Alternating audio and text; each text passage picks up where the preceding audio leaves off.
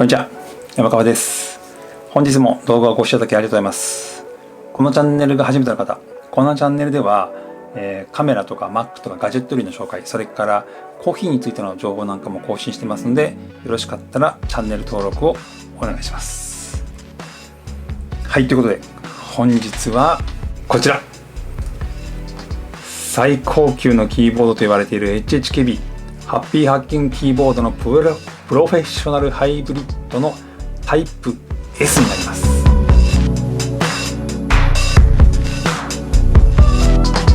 このキーボードはですね、実は私買ってないです。今回はですね、レンティオっていうレンタルサービスを利用して2週間のお試し利用をさせてもらってます。さすがにね、このキーボードを実際に買うと3万2000円だったかな、3万円以上するキーボードなので、買ってみて自分に合わないってなったら結構ショック大きいんで、はい。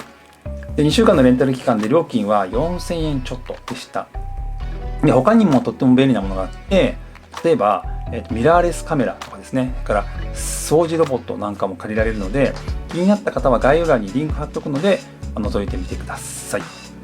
このキーボードをね、まず見ていく前にキーボードの思想というか、立ち位置を確認してみましょう。このキーボードの販売元である PFU のウェブサイトに行くと、次の文章がね、表示されてるんですよ。読み上げますね。アメリカ西部のカウボーイたちは、馬が死ぬと馬はそこに残していくが、どんなに砂漠を歩くことも蔵は自分で担いでいく。馬は消耗品であり、蔵は自分の体に馴染んだインターフェースだからだ。今やパソコンは消耗品であり、キーボードは大切な生涯使えるインターフェースであることを忘れてはいけない。こちらね、東京大学名誉教授の和田一さんがおっしゃっていたそうなんですけども、このキーボードに対する思い入れとか、このキーボードがどういう商品であるかってことが分かる素晴らしい文章だと私は思います。ということで早速見ていきましょう。はい、ということでハイブリッドということで USB Type-C による有線接続と、それから Bluetooth による無線接続の両方に対応しています。で、一つ注意点なんですけども、Bluetooth による無線ですけれども Mac をお使いの方は、起動時のログインパスワードが入力できないってことなので、私のようにね MacBook Pro をクラムシェルモードで使っていたり、それから iMac で純正キーボードじゃなくてこのキーボードの利用を考えている方は、有線接続にするか一時的に本体のキーボードを利用するってことが必要になります。で、これね、パッと見の印象なんですけども、キーの刻印がね、目立たない墨色になってるんですよ。で、墨色にすることで真っ黒じゃなくて、うっすらとキー刻印が見えるってことが、このキーボードをね、スタイリッシュに見せていると思います。それからね、この背面にはディップスイッチがあります。で、ディップスイッチによっていくつかのキーのキーコードの変更、それから Windows と Mac のモード変更が可能になっています。それから同様にこの背面には足がついてますね。この足は2段階調整可能なので、好みに合わせて角度調整が可能です。で、この角度調整の足っていうのは自分好みの位置に変更できるので、割とね重要なポイントだったりします。それから後ろ側には、電源スイッチと、それから USB Type-C のコネクタがあります。はい。で、このキーボードがね、最高級とかって言われているゆえんの一つね、このキーボードが採用している軸についてのお話です。で、今まで私はいくつかのメカニカルスイッチキーボードを紹介してきました。メカニカルスイッチとはその名の通り、機械式にねスイッチのオンオフがされるものです。キーを押すことでスイッチオンっていう感じですね。で、それに比べて HHKB が採用しているのは静電容量無接点方式というものになります。で、こちら無接点でスイッチングすることで、メカニカルスイッチ式とは、キータッチがね全く異なります。キーが入力されたっていうフィードバックはないんですけど、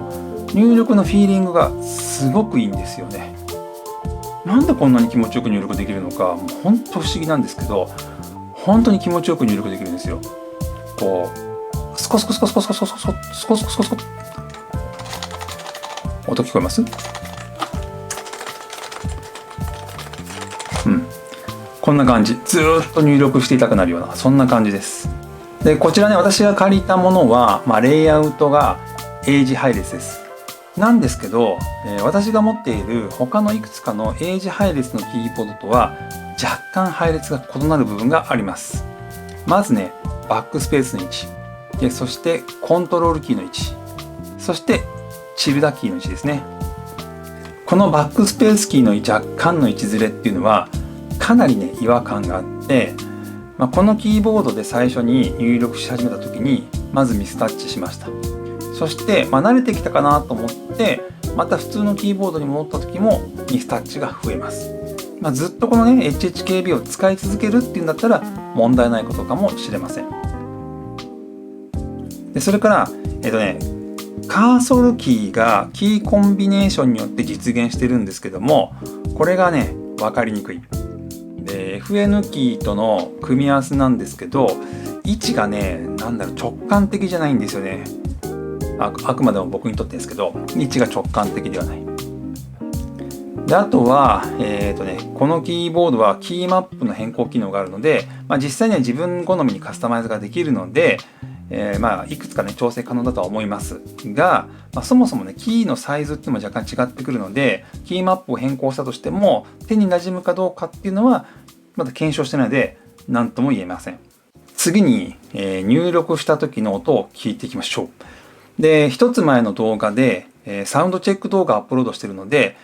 それも確認してみていただけると参考になるかもしれません。あと、以前にねキークロン K2 とかの機械式との音の違いっていうのも確認されると良いと思います。どうぞ。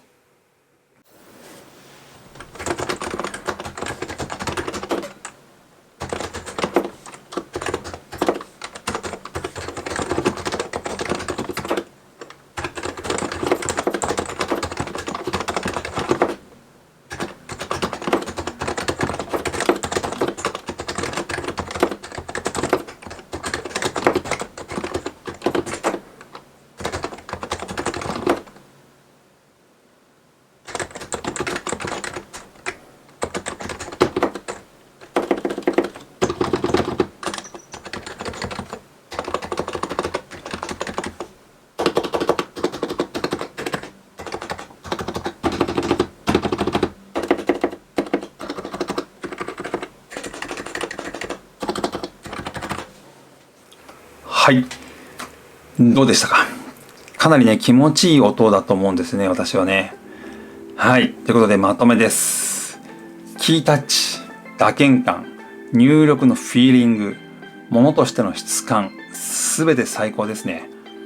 なんですけど以下の点で私には合わないと思いました。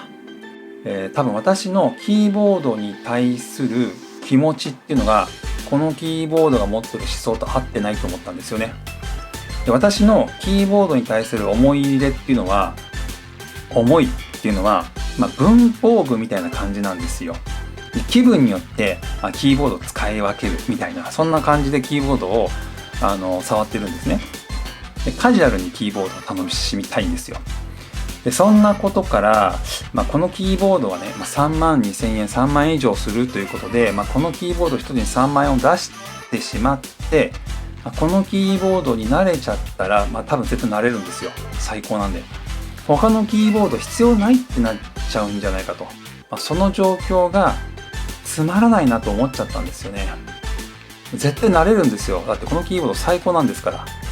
ら。はい。なので、キーボードは道具として使い込むんだとか、プロフェッショナルな道具だぜみたいな人には最高に合うと思うんですよね。はい、やっぱりキーボードに対する思い、ものに対する自分の考え方っていうのはやっぱ一つものをね選ぶ時の重要なポイントになると思います。はい、ということで、今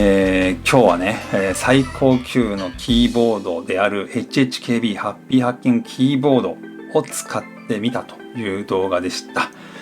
でこのキーボードをね触れるお店っていうのも実際あるようなので、気になる方は触ってみてからね購入を検討するのもいいと思います。情報は概要欄の方に書いておくのでチェックしてみてください。